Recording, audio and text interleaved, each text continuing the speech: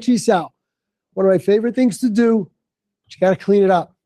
All right. So I want fluidity, no less than 3. So we're going to come in Pak Sao punch, clear 2 and 3. All right. So your initial jab, as soon as you clear it, 2 and 3. All right. Pak Sao punch, 1, 2.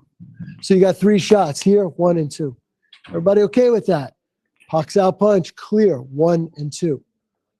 All right. Nice and simple. 1, clear, 1, 2. So start by going slowly. Clear, 1 and 2. Got it?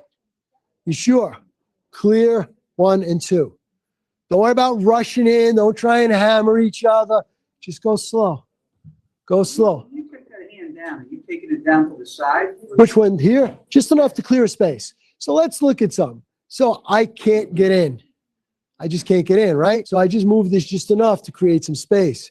I can't get in again, same thing. I move it just enough to, sorry, Scott, clear some space, okay? So it's 1, 2, and 3. Good? 1, 2, and 3. Everybody okay with that? All right, 1-minute rounds to start.